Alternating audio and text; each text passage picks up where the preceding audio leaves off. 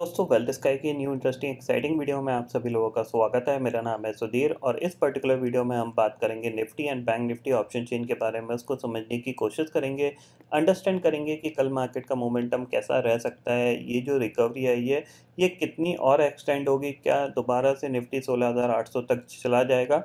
इस लेवल्स को हम समझने की कोशिश करेंगे। तो जल्दी से वीडियो को स्टार्ट करते हैं और समझेंगे यहाँ पे कि कल से जो नई सीरीज स्टार्ट हो रही है उसमें कैसा डाटा बन रहा है। प्लस साथ ही साथ हम समझने की कोशिश करेंगे कि मार्केट का मूवमेंट किस साइड हो यहाँ पे होने के चांसेस रहेंगे, क्योंकि हम पिछले कुछ दिन से कंसोलिडेशन कर रहे हैं। तो कल क्या हमें एक ट्रेंडिंग डे मिलेगा ऊपर की साइड या फिर दोबारा से मार्केट नीचे गिरेगा, इसको हम समझने की कोशिश करेंगे। बट सबसे पहले बात करते हैं मार्केट एट 11 के वीडियो की।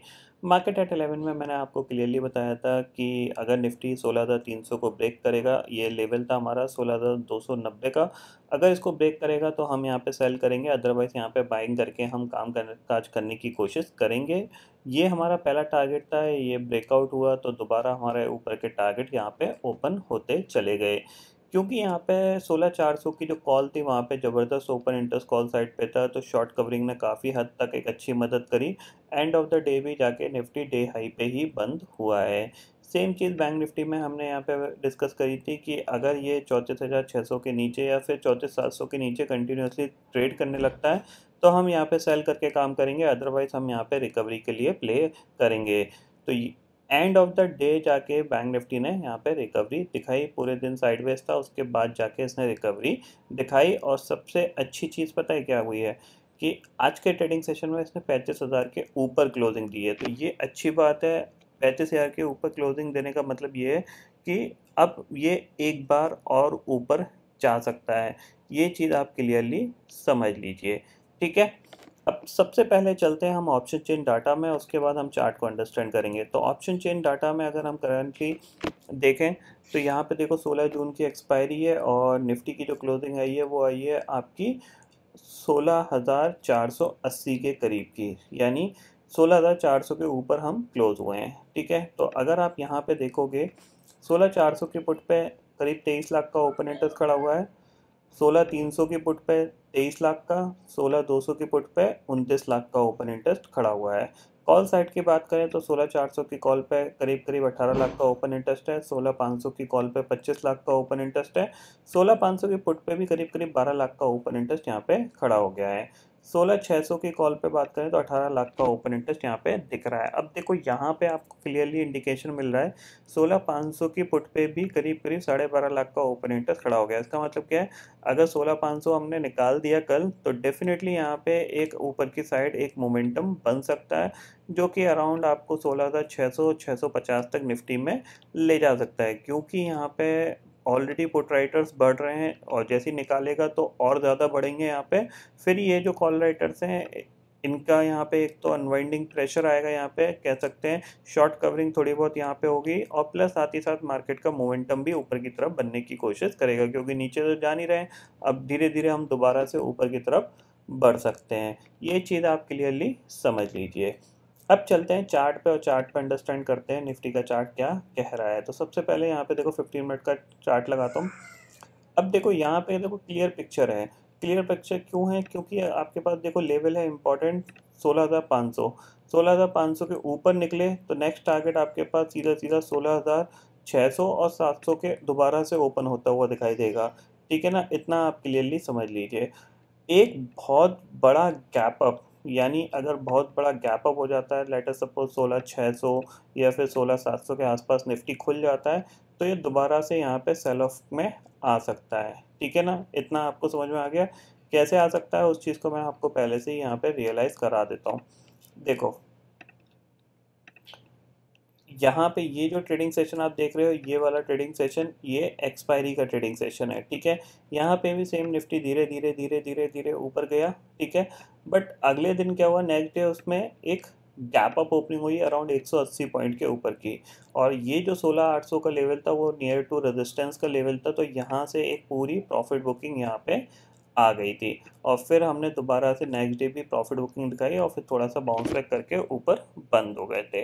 तो सेम चीज़ यहाँ पे हमने एक रिकवरी देखी है, यहाँ पे आपको क्लियरली पॉजिटिव प्राइस एक्शन के साथ हमने एक रिकवरी देखी है।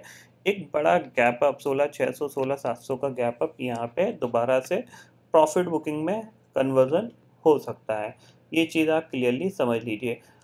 ऊपर मोमेंटम तभी होगा जब ये फ्लैट खुल के इस लेवल को क्रॉस करता है 16,500 को। अगर ये फ्लैट खुल के क्रॉस करता है तो डेफिनेटली यहाँ पे एक अच्छा खासा 100 से 120 पॉइंट का मोमेंटम ऊपर की तरफ हो सकता है। 16,600 तक निफ्टी जा सकता है, इतना आप क्लियरली समझ लीजिए। अभी जो प्योरली अगर देखा जाए तो मार्केट एक कंसोलिडेशन रेंज है और जो पूरी रेंज है वो 16,800 से लेके आपकी 16,300 की रेंज है। इस 500 पॉइंट के अंदर निफ्टी कामकाज करेगा क्योंकि यूएस मार्केट भी एक पर्टिकुलर रेंज के अंदर स्टक है, ना उस रेंज का ब्रेकआउट हो रहा है ना ब्रेकडाउन हो रहा है।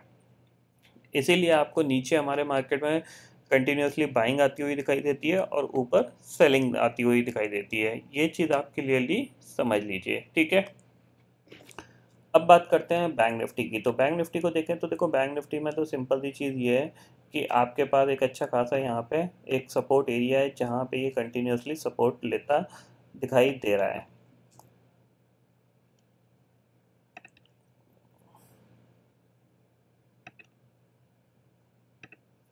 ठीक है, ये एरिया आपके पास एक सपोर्ट का एरिया है और अगर यहाँ पे आप ऊपर से थोड़ा सा देखोगे तो ये एक रेजिस्टेंस भी है, ठीक है,